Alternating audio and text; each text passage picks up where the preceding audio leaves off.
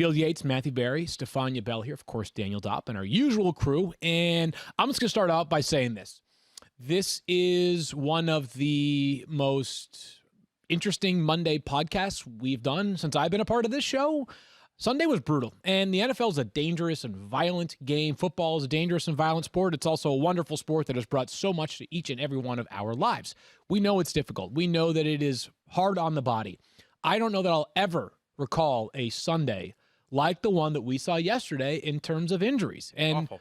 Just brutal. Our producer, Matt Harrington, sent us a note that 12 of the top 46 players in terms of ADP going into this season have either already missed a game or got hurt and left a game as a result of injury.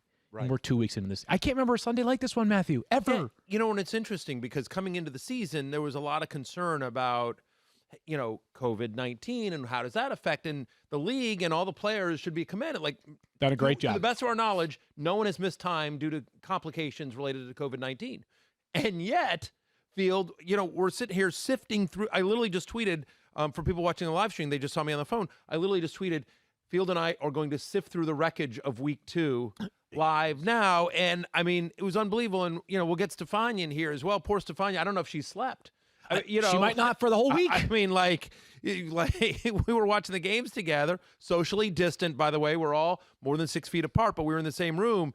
And, you know, poor Stefania was just like, what now? Like, Stefania, you were on your phone, like texting, trying to get sources on one guy getting injured. And then we'd have to tell you, no, look up, watch this play again because someone else just left the game. It was awful. I think I tweeted at one point that I was having a hard time watching any actual game content.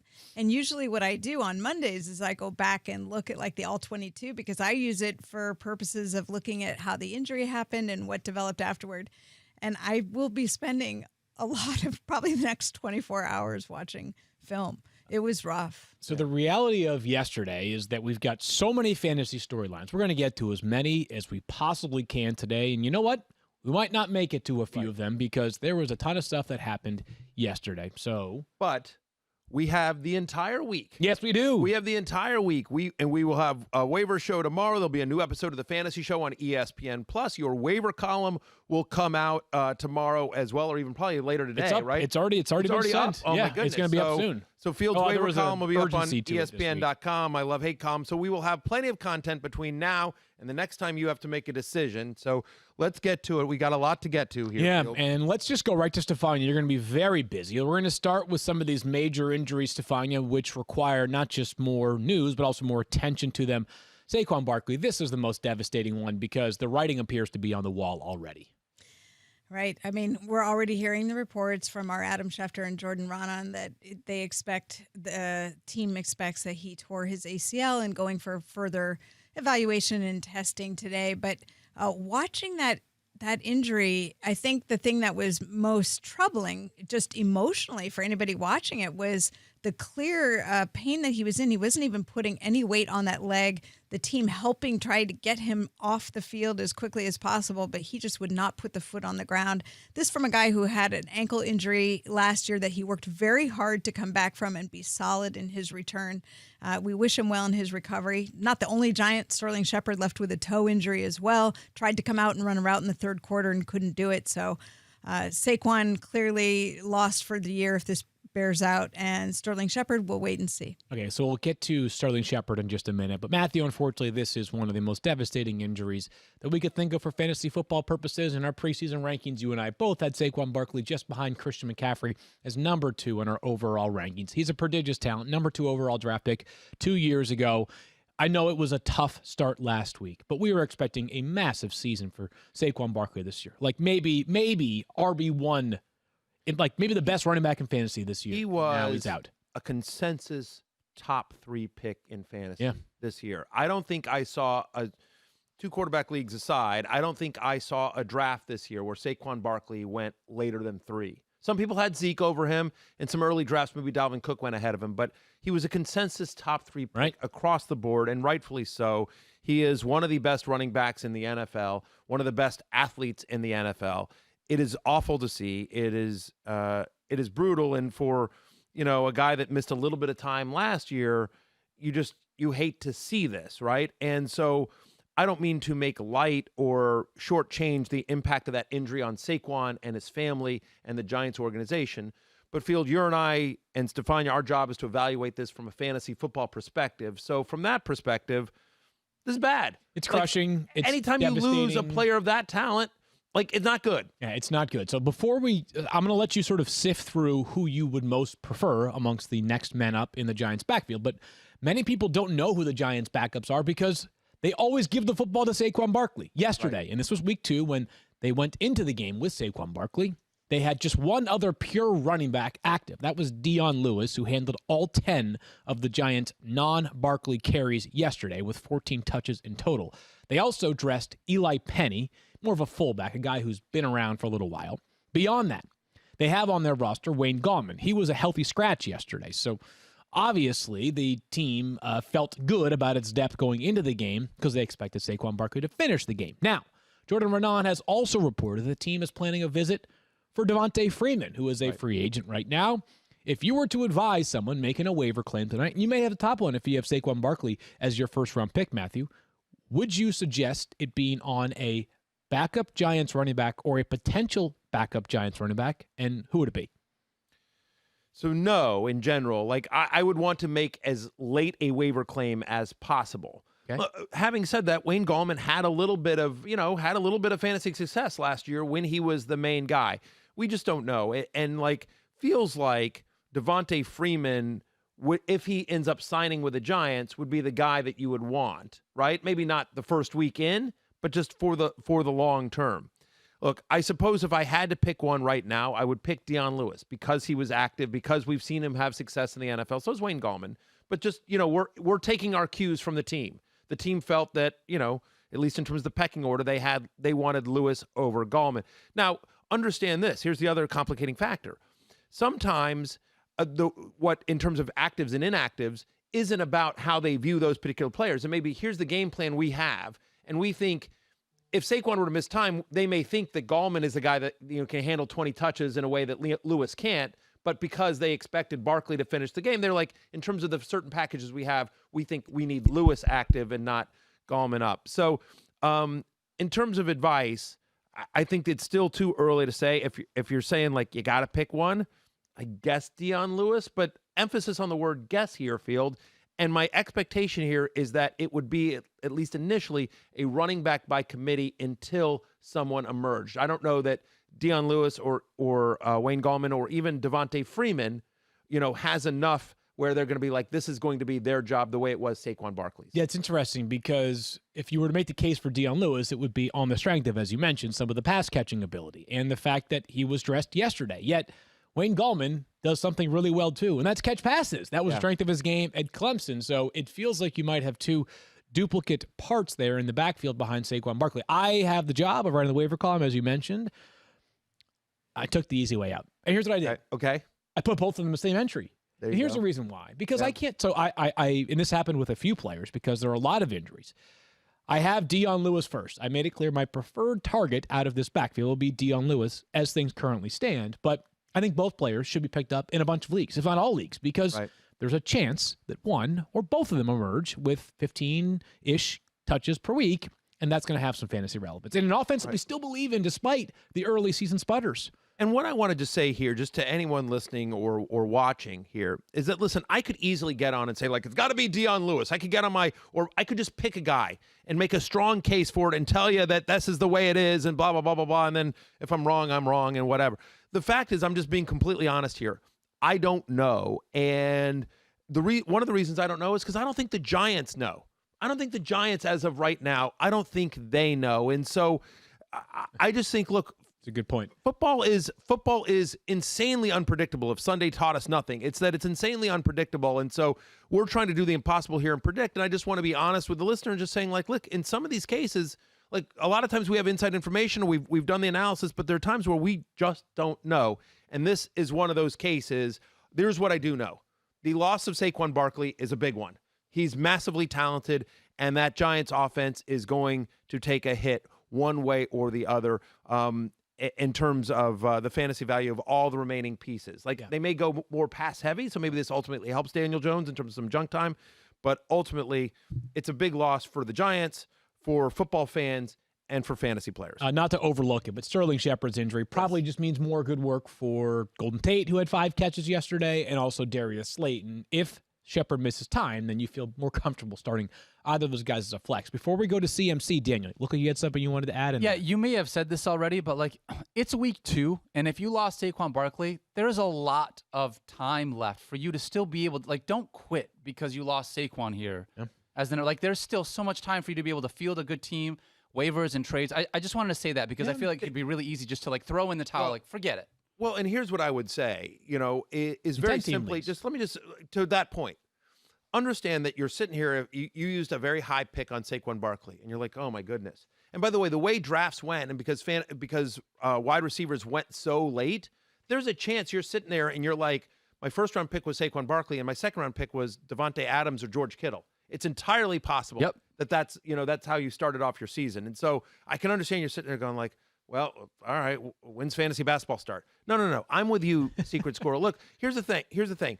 Look at your team and look at what assets you have. It doesn't necessarily mean you have to go out and grab a running back. So, for example, when you're talking about the waiver column, maybe you have Kyler Murray as your quarterback, right? And instead of sitting there going like, okay, how do I get a running back here? Maybe say like, okay, you know what? Hey, why don't you trade Kyler? Why don't you use your waiver pick on Joe Burrow? Right. You know what I mean? And then you know what? Now go try to trade Kyler Murray for an upgraded running back, as opposed to just saying like, all right, let me sift through these, these also rans on the waiver wire to find a starting running back with a pulse. Like, look at the other assets you have. Like maybe you have Kelsey or Mark Andrews, and you can trade one of them and say like, oh, okay, Jonnu Smith is still out there, or one of these other tight ends that have emerged, right? Mike Gesicki, I don't think he's got 100% roster. 48.1%. So there you go. So like, you know what I mean? Like, so look at the totality of your roster and be like, okay, what's available on the waiver wire? And maybe I don't need to pick up a running back. Maybe I need to pick up a piece to replace a strength of mine, because then I can trade my strength to get a better running back, because you're going to have a better chance of replacing that running back with a Mark Andrews or, something like that, right? No, I think that's all well said, and that sort of ties into the strategy of losing a player to a devastating injury. In any other day, Saquon Barkley being hurt, or Christian McCaffrey being hurt would be the story of Monday, unfortunately. Stefania, this one sort of flew under the radar because of all the other injuries and because, honestly, it didn't look as bad when you saw it. He pulled up lame at the end of a touchdown run, and they were celebrating, and the next thing you know, he's getting medical attention. So what do we know about Christian McCaffrey? He limped off the field after that touchdown field, and they were looking at him on the sideline. They tried retaping his ankle. The athletic training staff did, and then you saw McCaffrey testing it out on the sideline, then unwrapping the tape, going in the tent for further evaluation. Whatever it was, it couldn't get quite right. But the bright spots, as you say, were that he took himself off the field under his own power. He was testing the ankle on the sideline. He remained there standing. There was nothing that looked the way Saquon's injury looked, for example. So that part's encouraging. However, I would say that sometimes these ankle injuries seem relatively minor. Then they go for further testing and you find out something else. So Christian McCaffrey indeed undergoing further imaging testing and workup today, and we should have more information after that. Stefania, in your medical opinion, does Christian McCaffrey actually need both ankles? It's a fair question. I mean, because you know what? He's never missed a game. I know. I mean, as a straight? running back, 3 full seasons, no missed games, gets through, a game and 3 quarters, essentially. He might only need one. I'm just saying. I'm just saying something to research there, because I don't believe Christian McCaffrey is of this earth. Note to self. Yeah. No, Checking that out. By the way, not only has he not missed a game, but, and I could be wrong on this, I believe I think he has missed one practice. I believe there was a Wednesday practice that he did not practice, but I literally think he has Probably been like a at least veteran's rest day, right? Right. Yeah. I literally think he has been at least a limited participant in every practice. He might be Since the he next came- Frank Gore. Yeah. I mean, we'll talk about that one more. w- Well, actually, um, no, we probably won't. Let's be but Sorry, Frank Jets. Gore forever. Yeah. Frank Gore forever. But So let's get into McCaffrey then. So he leaves the game, and they were down at this point. So they end up turning to Mike Davis formerly a Seahawk, formerly a Bear, claimed off of waivers midseason last year, had a good enough preseason to win that number 2 job, Matthew. They released Reggie Bonifant, who most people thought was going to be the backup. Yeah. 22 snaps yesterday for Mike Davis. And how about this? 1 rush for 1 yard. And you're like, okay. But he had 8 catches for 74 yards. And they were playing catch it. But if you think back to when he was with the Seahawks 2 seasons ago, he had a very useful pass-catching season. So, in the event that Christian McCaffrey misses time, how much value does Mike Davis bring to the table right away? In a PPR league, a significant amount. Because, again, you sort of like you look at that 8 for 74 and you're like, how repeatable is that? And the answer is very. Because, first off, Panthers are bad defensively. It's going to be one of the worst defenses in the NFL when all is said and done at the end of this year, right? Sure, yeah. So they're bad and they're going to be throwing a lot. Also, by the way, think about Teddy Bridgewater. What does Teddy Bridgewater do? Teddy Bridgewater throws short and accurate. Dink and dunk. Like, he's super accurate, but he generally throws short. And so he likes to throw to running backs here. And so you're looking at a pass-heavy offense, a quarterback that's very good at throwing short and intermediate passes, and a very good pass-catching running back who would likely get the majority of the work here. There's no one else on that Panthers roster, to my knowledge, that I think would get significant playing time here. Yeah, I'm going to have to look at their depth chart once more, and certainly they're probably going to, if Christian McCaffrey misses time, I'm sure they would promote a player from the practice squad or bring another running back into the fold, but Mike Davis is actually a pretty capable player. He is. He signed a 3-year, $9 million deal about a year and a half ago with the Bears, who at that point already had some reasonable running backs on their roster. They eventually drafted David Montgomery, but they liked him enough to give him 3 years, $9 million. I think Mike. I'm with you on the first part of that premise, which is that Mike Davis is a pretty good running back. You're not. I don't think. I don't think you're allowed to use the Bears giving somebody a contract as a result. I mean, because under that, Jimmy Graham's one of a top 3 tight end. He under scored that, in week 1. I mean, under that same scenario, right? Tariq Cohen is a top 10 running back under that same scenario, right? Tariq Cohen got paid Mitchell Trubisky is better than Patrick Mahomes and Deshaun Watson under that same scenario. I'm just, listen. Anyway, but listen. We agree on this. Mike Davis is a talented running back, and I think he's a flex value right away. 100%. And so if McCaffrey were to miss time, I think I would prefer him to any of the Giants running backs. Again, it depends on, like, if McCaffrey's going to miss 1 week versus a season, but that's the trick of when people ask me, like, who would you prioritize, is that, like, if you just need someone for 3 weeks, then I think it's clearly he is my number 1 ad. But if you need someone for the rest of the season, well, he may be, he could be on the bench for 13 more games based off of Christian McCaffrey's brilliance. Before we move on, I want to ask you something that I think is important that you and I were talking about before the show. So Devontae Freeman, I want you to put on your NFL Insider hat if you can, Scoop Yates, and talk to me about this, because you talk to all the agents, you talk to all the front office personnel around the NFL as part of your job being an NFL Insider here for ESPN. Devontae Freeman is still on the street. Yeah. Is that a result of unreasonable contract demands, or is that a result of, like, because a lot of teams have kicked the tires and he is still without a job? And I'm just curious where you sit on Devontae Freeman from talking to personnel people around the league. So just quickly look at the time frame. Obviously, he was released by the Falcons this offseason, and then he basically hung around with no interest. The most recent interest he has had is he's actually in Philadelphia for a visit right now. The Eagles have Miles Sanders, but they've been looking to sort of pad the depth in their backfield. So I think it's a combination of 2 things, Matthew. You mentioned the contract.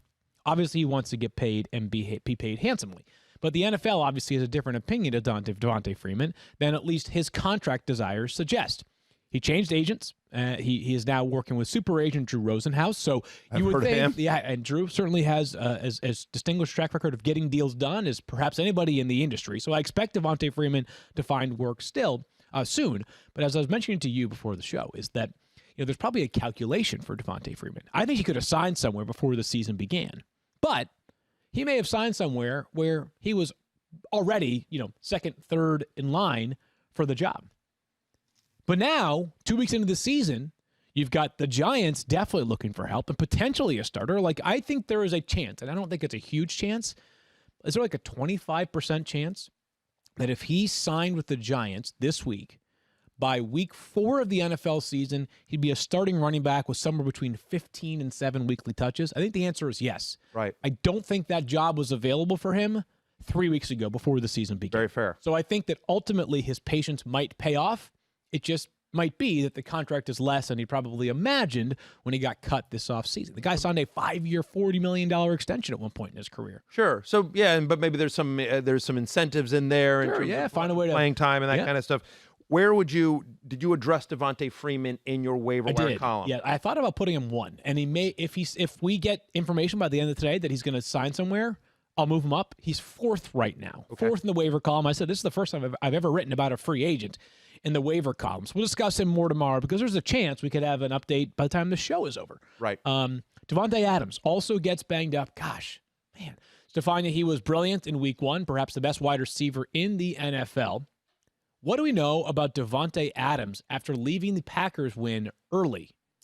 All we know is that it was a hamstring issue that forced him out of the game. He was out in the second half. He tried to come back briefly, and then he exited permanently. You have to wonder if it was a bit proactive in the sense that the Packers were pretty comfortable with where they were. But nonetheless, he exited, didn't return. And with these hamstring injuries, there are a bunch of them with wide receivers. It wouldn't surprise me if the team was being cautious. Okay, that actually feels good. That was good to hear right there after all the devastating news so far.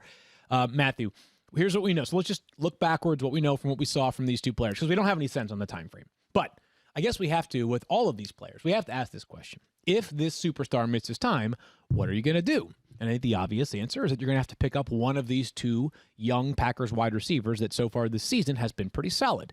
Marquez Valdes-Scantling available at about 83% of leagues, and Allen Lazard available in about 2/3 of leagues. And both of them yesterday had 3 catches. Both of them in week 1 had a touchdown. So do we have the opportunity to zone in on one or the other? Or are we sort of back where we were with the Giants? Like, we have a lean, but we're still sort of throwing a dart.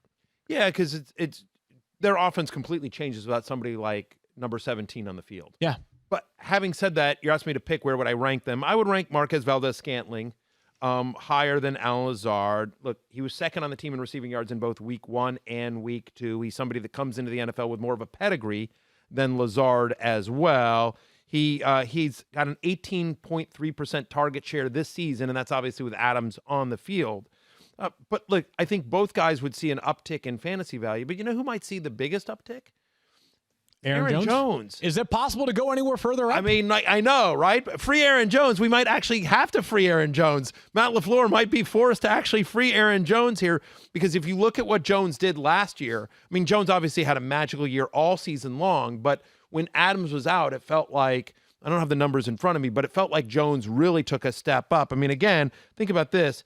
Aaron Jones actually leads the Packers with red zone targets. Yeah. Like not Devontae Adams, not Robert Tonyan, who some of our friends call Baby Kittle there on the Twitter. Nice day yesterday. Had a nice day yesterday for 2 for 25 and a touchdown. But free Aaron Jones, hashtag free Aaron Jones. I actually think they would, and by the way, Jamal Williams, who had a nice little game there too, he might get some more run as well, might become flex worthy in a non-Devontae Adams-led Packers offense. I have no information here. I'm not Stefania Bell. I just look at the Packers schedule and I do see that they have a week 5 bye. So just keep that in mind. If this, Devontae Adams, I'm not telling you to prepare for Devontae Adams to be out until week 6, but if he left the game early yesterday, if he misses week 3, it could be that the team takes a conservative approach. They play the Saints next Sunday. They play the Saints next Sunday, but they're also 2-0. You know what I mean? So they may sit there and again, he's their franchise guy after Aaron Rodgers, of course, and they may say, you know what, we're 2-0.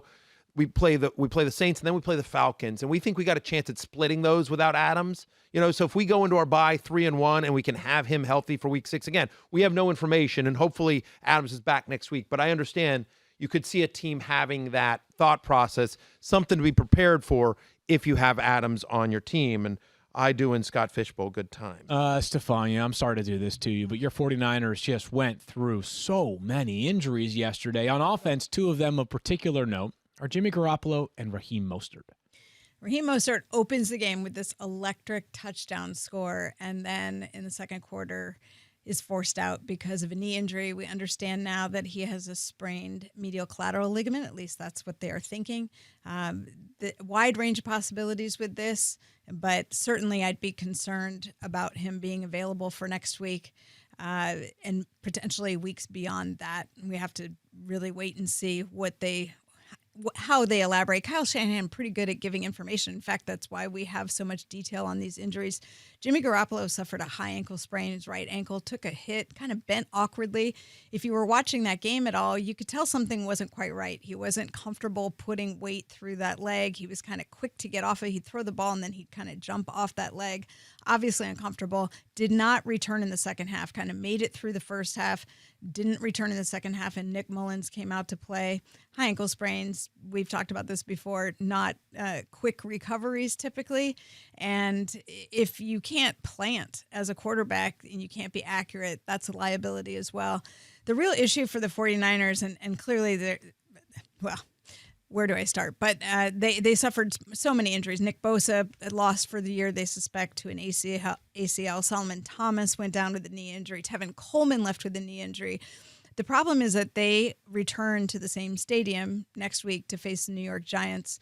A lot of players were expressing concern about the turf, or that they felt it was very sticky even before the game. And then as they see their compadres go down with injuries on that turf, and they know they have to come back and play there next week, they're expressing anxiety over that. That's the word Eric Armstead used, is that it's anxiety provoking to see this happen. And this brings up other players who did not play, like George Kittle. Well, there's a thought that they might be available in week 3. And I think you have to look at this whole picture. And I think they're going to be really conservative here because of so many losses at once. So in that game, it'll be the 49ers and the Giants. You won't have Saquon Barkley. You won't have Nick Bosa, potentially Raheem Mostert. You might not have Jimmy Garoppolo. It's really going to be difficult. Gosh, Stefania, I felt Stefania's pain there. So right. And obviously still no Deebo Samuel. Right. On IR. Richie James on IR. So yeah, let's, in the interest of time, we got to get to a few things here. I don't want to dismiss the Jimmy Garoppolo ankle injury, but obviously Jimmy Garoppolo was not a player many people were starting at quarterback. And frankly, other than George Kittle, really no wide receiver or pass catcher for the 49ers was consistently on people's radars. But Raheem Mostert was. He had emerged as the clear-cut best running back in the backfield. Now, Tevin Coleman did get banged up, as Stefania mentioned.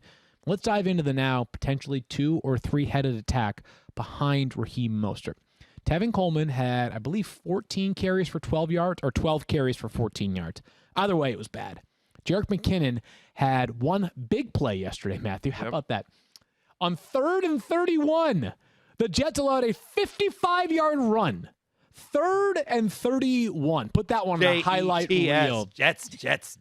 Wow. So anyways, we have to probably choose just one 49ers running back going forward, figuring that Jeff Wilson might be in the mix here as well. I sort of reluctantly advocated for Tevin Coleman as the top, even though he's banged up, top running back add, because I think the team, and this is especially pertinent right now, like, are they going to really turn Jerick McKinnon, coming off of back-to-back lost seasons to a knee injury, to a 15 to 20 carry guy? I think the answer is obviously no. They probably have no choice but to rely on Tevin Coleman, who we also know that Kyle Shanahan loves Tevin Coleman. He has since his days in Atlanta together. So I think Tevin Coleman is the preferred add here, but I also am telling you that, like, I don't know that I'm starting any 49ers running back in week 3, especially if all these other players that we're expecting to be out are out. They may have to just grind this win out with defense next Sunday. Here's a question. Like, is the defense still a must start? I mean, in all seriousness, like, I'm not serious. Like Richard Sherman didn't play in this game. Like, he's on IR, right? Yeah. I mean, they're so banged up on defense, and I think a lot of people just sort of like, oh yeah, 49ers defense, let me just throw them in there because they're awesome. And maybe they would still be a start next week against the Giants without Saquon Barkley. But like, are the 49ers defense still the all capital letters 49ers defense as we look at it from a fantasy perspective? Nope. No, they're not. I mean, and that's just part of the reason why we're reluctant to pay premiums on defenses and drafts anyways. Right. But yeah, it's a tough, ugly situation. We got a ton more stories to get to. Let me just... By the way, you know who else Kyle Shanahan loved in Atlanta? Who's that? Devontae Freeman. Devontae Freeman. There's an interesting one. If he's going to visit the Giants, he could just go right over. Well, I guess the 49ers are training in West Virginia for the week. But I want to say this. I want to file. I mean, like, it's that's not the worst idea. Put him on the list. Nick Mullins can play. Yes, he can. File that one away. Nick Mullins would be a good player in the NFL. All right, Daniel. Like, they wouldn't let him go. Like, teams were inquiring about Nick Mullins, and then 49ers were like, no. Oh, yeah. Even though the fact that Garoppolo's got the big deal. No hot seat or anything yet, but just Nick Mullins can play. I'm with you. Yeah, when you got great candidates, you don't want to let them go, Matthew. But when it comes to hiring Hey-o. stronger candidates for your business, you may be up against some obstacles, like a ton of applicants, but difficulty finding the right ones for your job, or finding the time to hire while running your business, plus trying to ensure workplace safety. That's why you need ZipRecruiter on your team, guys. No matter the industry, from healthcare to manufacturing to business services, ZipRecruiter makes hiring faster and easier, and now you can try it for free at ZipRecruiter.com/06010. First, when you post a job on ZipRecruiter, it gets sent out to over 100 top job sites. Then, ZipRecruiter's powerful matching technology hustles for you to find people with the right experience for your job and invites them to apply. In fact, check this out. 4 out of 5 employers who post on ZipRecruiter get a quality candidate within the first day. So add ZipRecruiter to your roster to help you win the hiring game. To try ZipRecruiter for free, go to ZipRecruiter.com/06010. That's ZipRecruiter.com/06010. ZipRecruiter.com/06010. ZipRecruiter, the smartest way to hire. Shell knows that between every tee up, layup, and batter up, that you can't wait to catch up with your favorite podcast. So come to Shell and get the 3 things done at once. First, fill up with Shell V-Power Nitro Plus to help keep your engine running like new. Then save up with the Fuel Rewards program and never pay full price for gas again. And finally, snack up with in-store rewards to save even more at the pump. Time to wrap it up. Make the most of the stop you need to make with Shell in engines that continuously use Shell V-Power Nitro Plus Premium Gasoline. See full terms and conditions at fuelrewards.com. All right, let's put on the PF Flyers to speed through some of these injuries. Wow. Like that, Daniel. That was so good. What a throwback. Yeah, those are cool. I want to get some of those. I know, right? Cortland Sutton, Stefania, man, he was banged up going into week 2. He missed week 1 because of that AC sprain. Now he's dealing with another injury, as is his quarterback, Drew Lock. Right, Cortland Sutton enters the game with an AC sprain. Drew Lock leaves with an AC sprain, probably out 2 to 6 weeks. A typical quarterback mechanism of injury. That Steelers defense, Bud Dupree takes him to the ground and he sprains his shoulder. It really depends on how significant the injury is, so we should know more about that later today. And Cortland Sutton, his shoulder was bothering him, I'm told, during the game, but then he also sustained a knee injury, something the team was concerned enough about that they pulled him out of the game yesterday. So Cortland Sutton now dealing with 2 issues, not 1. Okay, the Broncos have a home game against the Bucs this upcoming Sunday. It looks like Bucs at Jets, at Patriots, Dolphins. Could be all Jeff Driscoll as the quarterback, with Drew Lock missing, as Stefan, you mentioned, 2 to 6 weeks. Matthew, here's the good news, is that their best pass catcher right now in terms of healthy guys is Noah Fant, I believe. I agree. And he was really good yesterday. He also actually agree. looked good, not just with Drew Lock, doing but great, also Matthew. with Jeff What? Driscoll. You're doing great. Yeah, I you're great. appreciate I just want you to know. I appreciate that. Thank you very much. So- I was like, I agree. Yeah. I do. I also agree. I do also agree. He was fantastic. Nailed it. Jerry Jeudy is not eligible for the waiver wire column, rostered in enough leagues to Sure. be past that threshold. But is there anybody that needs to be added as a result of what happened yesterday to Cortland Sutton? Or is it just the 2 guys you can rely upon, or Noah Fant and Melvin Gordon, and let's just see how long it takes Yeah. a lot to get back? I think that is the correct response. Yeah, there's no one there. I mean, if you're in a deep 2 quarterback league, Jeff Driscoll suddenly becomes interesting. You know, you and I are in a couple of those leagues where it's just like anyone with a pulse. Right. But other than a super deep, super flex or 2 quarterback league, no, I don't believe so. Real quickly, though, I just want to mention in that same game, in that Broncos-Steelers game, we thought James Conner was hurt. James Conner wasn't hurt. Yeah. I know there were reports preseason, not from this network, but there were reports preseason that a pregame that this was going to be a split. This is going to be a totally split backfield. It was all James Conner. Actually, so James Conner gets hurt and was really bad in week 1. I mean, yesterday he had a huge 57-yard run. He had a touchdown. It was kind of like when that guy is laying down in the casket and then he emerges. Yeah. Just suddenly, right. he I think it's the sits up. Undertaker. Oh, the Undertaker. That's Yeah, I it. think it's the Undertaker. That's his That's what it name. That's what I reminded me think of. it That is. was it. Yeah, That was it. That gif of the guy. The gif of the guy. That's who James. By the way, you know what? It's interesting because you like I didn't want to get into it when we were talking about it the other day, but the gif that I was talking about was not the Undertaker one, the WWE one, but there's one that's a guy that's actually at a funeral.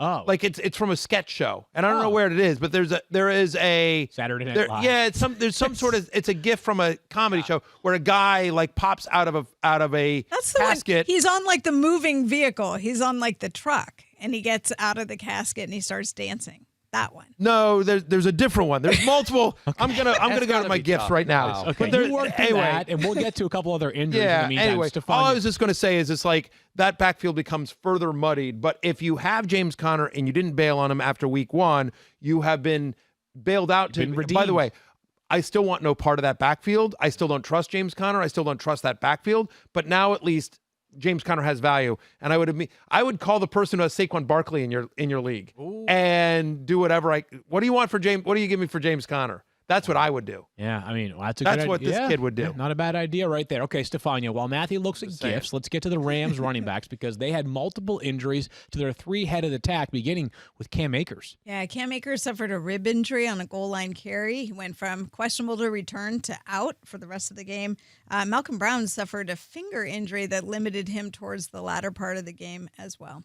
Okay, so Malcolm Brown was late, as you just mentioned, Stefania. So we don't know exactly the severity of that. Sean McVay is kind of like Kyle Shanahan, pretty transparent about these injuries, so I suspect we'll get some information on those. In the meantime, if you're reading the waiver wire column at some point today on ESPN.com, you're going to notice Darrell Henderson, who yesterday had 12 carries for 81 yards with a touchdown, plus 2 catches for 40 yards. You can make a case and of the players that I wrote about on the column, he's the most talented guy. Now, the problem is that, as we know, we are going to have 3 running backs eventually healthy again in this backfield, and I don't think he has this job unto himself entirely. But we've been wanting to make Darrell Henderson happen since Sean McVay proclaimed as one of his favorite prospects in the 2019 NFL Draft. Matthew, it was good to see him break out in the way that he did.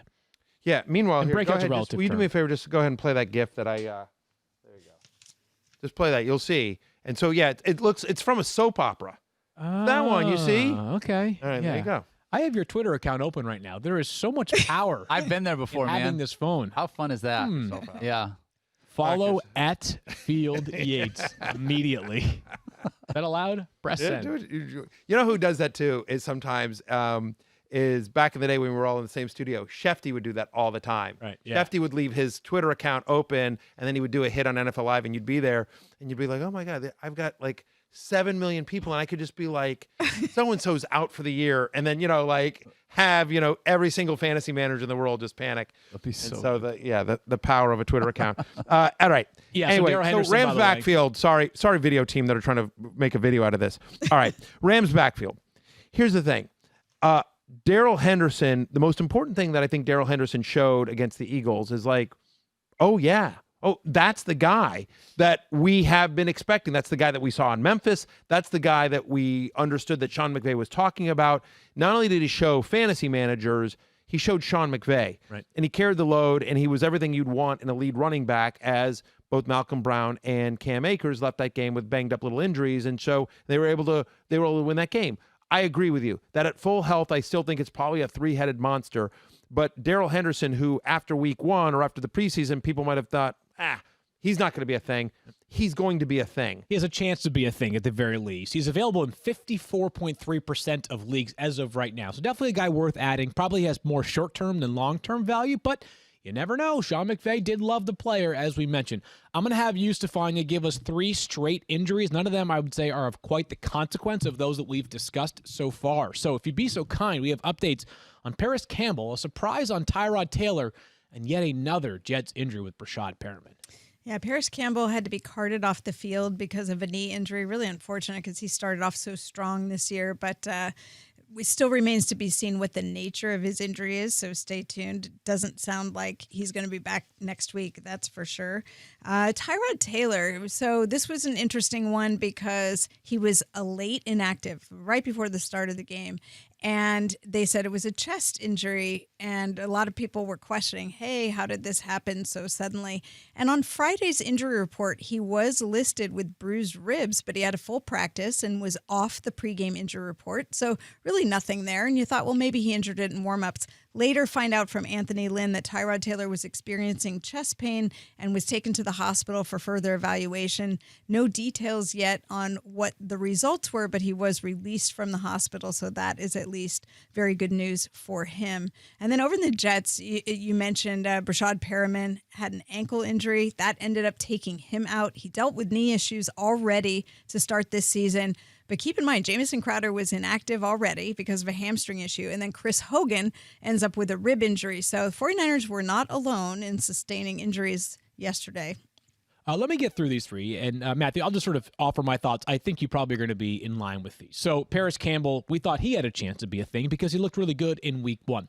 I think it opens the door for Michael Pittman, their second-round pick, Michael Pittman Jr. out of USC, who had 4 catches yesterday, looked pretty good. I think he would be, at best, a deeper league consideration only up to this point, but they're going to have to throw it a lot, as we saw, although Jonathan Taylor did look great yesterday. But with Phillip Rivers, you're always going to have to throw it a bunch. With Tyrod Taylor, the real news here, and I wish the best for Tyrod Taylor. About my boy Mo Alley Cox, though. Well, I mentioned my love of Mo Alley. Sure, you did. That was have my him. long shot on fantasy football. 5 for 111. I think that was more tied to Jack Doyle, though, don't you? That because Jack Doyle obviously missed the game, as did Trey Burton because he's on IR. Right, but we'll see if Jack Doyle comes back this week.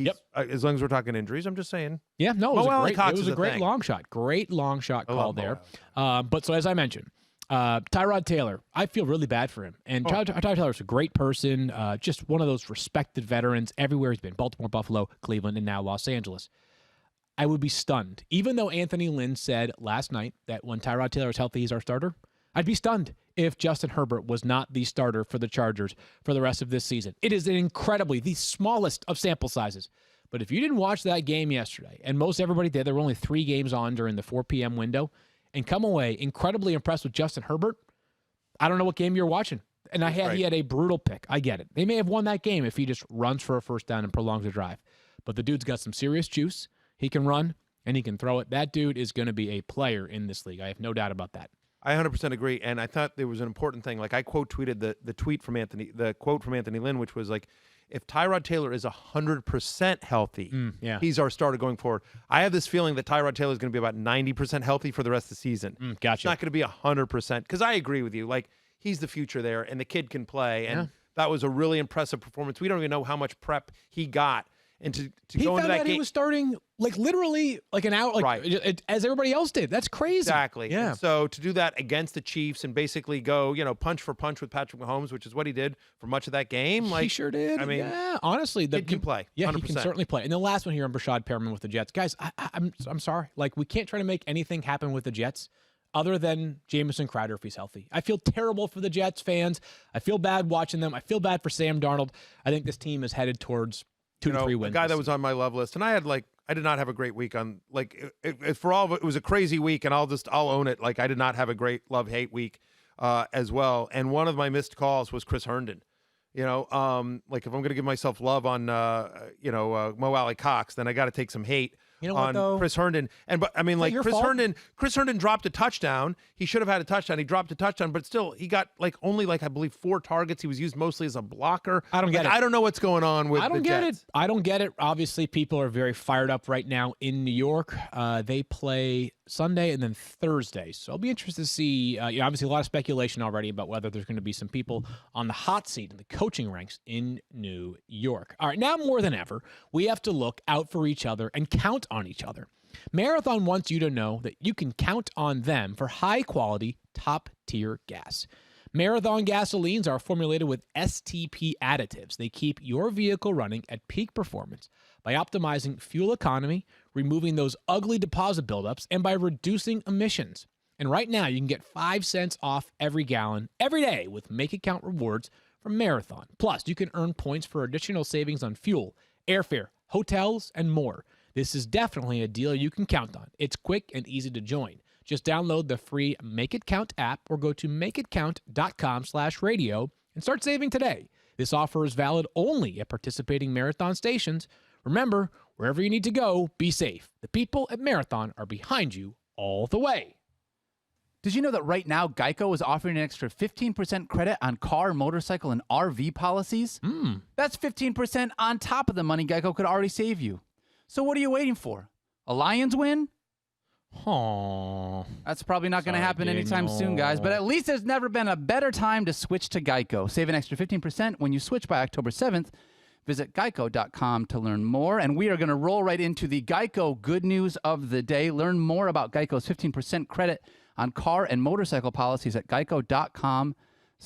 give back. And with all the bad news that we had on Sunday Field, let's talk about some good stuff. Well, let's talk about some good stuff. Here's how it's going to work. I'm going to give you the headline and the highlights and just one quick takeaway, whether it means something or whether it's just, hey, as expected. Leonard Fournette, 27.6 fantasy points. He had 103 rushing yards, 2 touchdowns, including a game-clinching, I think it was 47-yarder to put Tampa Bay up 31-17. Is it his backfield?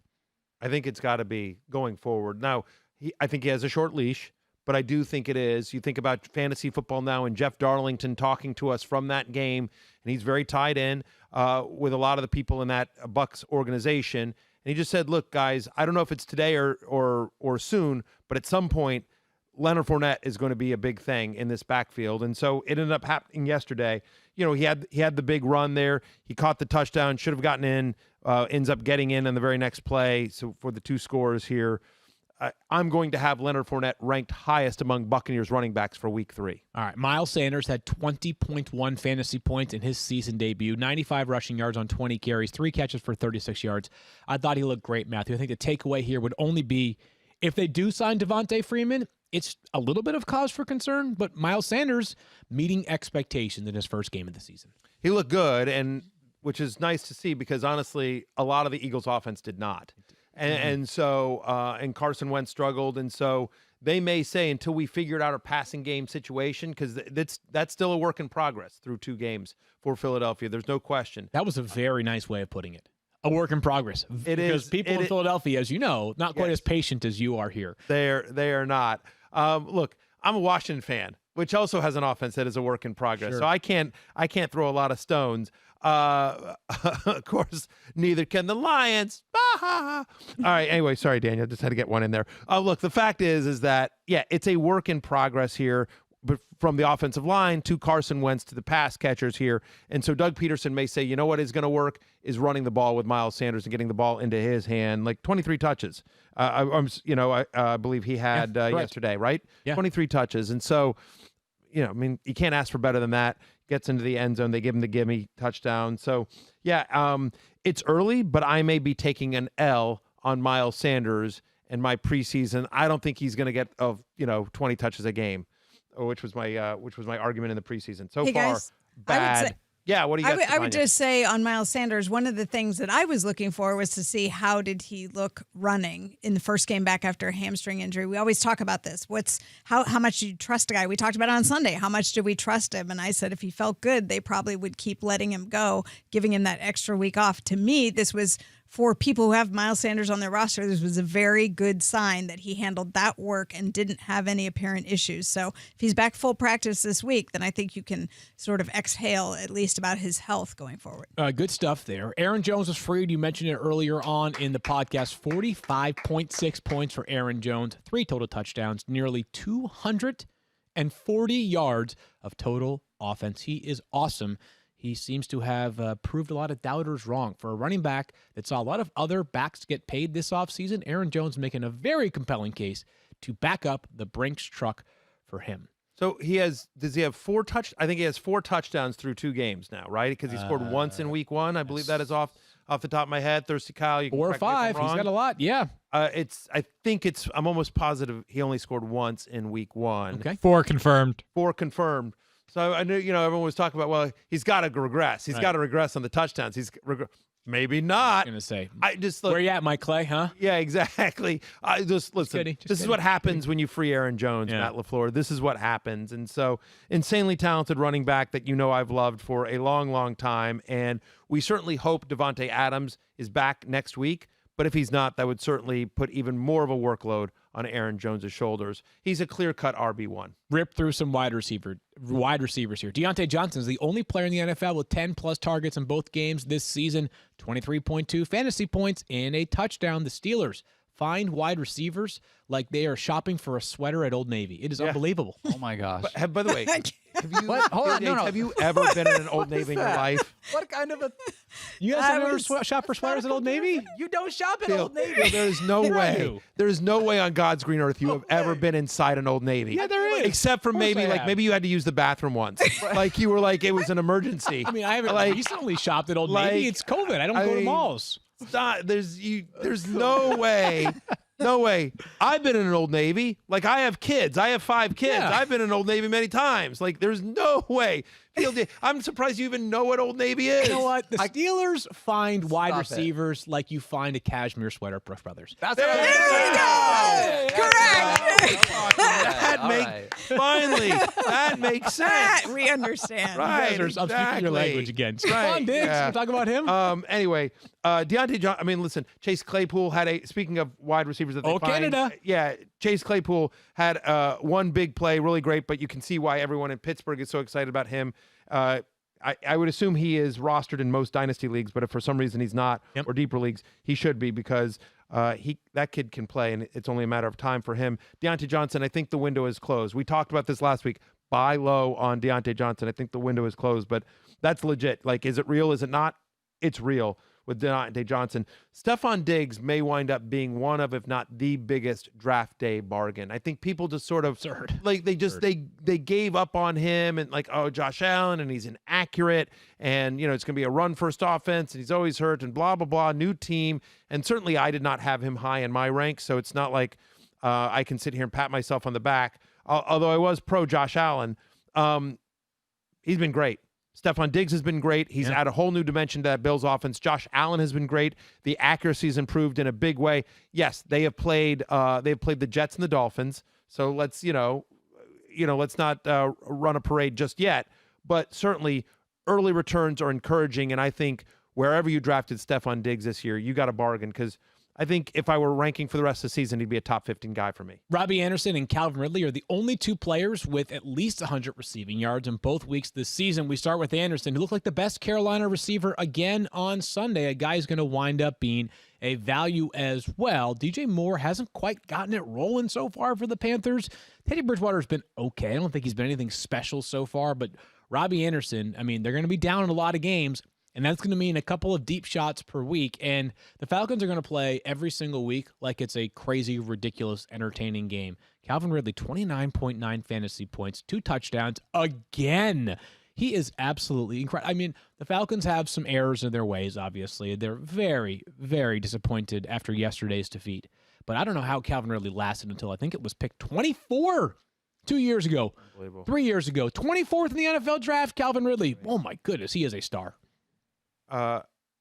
If you had to do a draft today, Yes. for the rest of the season, Okay. Yep. who goes first, Calvin Ridley or Julio Jones? Calvin Ridley. Oh, man.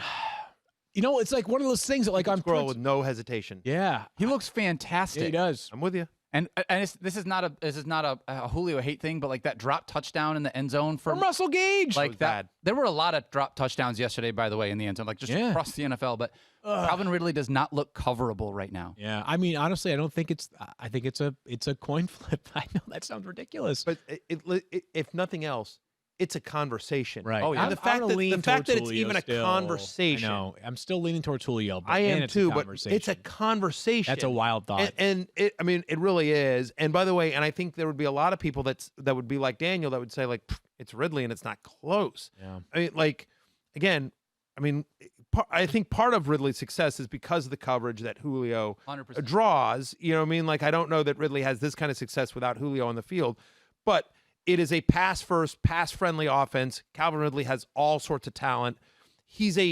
But just regardless of whether he's better or worse than Julio fantasy-wise, the fact is that he is a wide receiver 1. He is a top 10 wide receiver, obviously. He is a clear-cut wide receiver 1 the rest of the way. I cannot wait to watch him every Sunday now. Oh, my And goodness. I'm like, Falcons fans are probably like, I can, because you're losing a year off your life every Oh, my Sunday. God.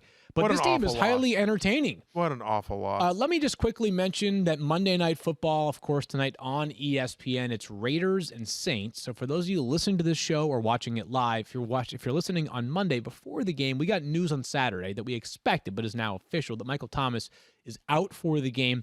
Just for those that maybe had the opportunity to grab someone or maybe just set expectations for tonight, we still believe that Emmanuel Sanders stands to benefit the most amongst those Saints pass catchers. Yeah, among the Saints pass catchers. Look, Jared Cook, I think, will have his usual role, maybe a couple more targets than normal. They'll take a shot or two to Traquan Smith, but my expectation here is that it's a run-heavy attack from New Orleans, that you see a lot of Alvin Kamara, both out of the backfield and running the ball, and Latavius Murray, who last week got 15 carries, and I think gets that, if not more, tonight against the Raiders in a game that I think the Saints will win. I think the Saints will win too. I'm a little worried about this offense maybe being more grinded out and this being a game they win on the strength of their defense. But the Raiders, I think they're an improving defense, but certainly one that can be had as well. Can't wait to watch Allegiant Stadium, first game ever, first NFL game ever played in Las Vegas. Vegas. Be good. All Vegas, right. baby. Geico Trivia time? Sure. Okay, You guys I go know we have a trivia? couple minutes left here, Yeah. so I just want to make sure we get to that to Yeah, let's close do the it. show. And I know this is a good one from Kyle.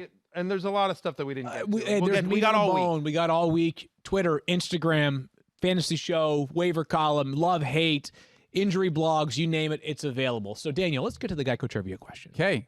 I'm going to actually throw it over to Kyle. Kyle, is your mic working today? I think the mic's good. I think we're working. Yeah, the mic not injured. Everybody else is. Since 2016, Drew Brees leads all players with just over 1,900 passing yards on Monday Night Football.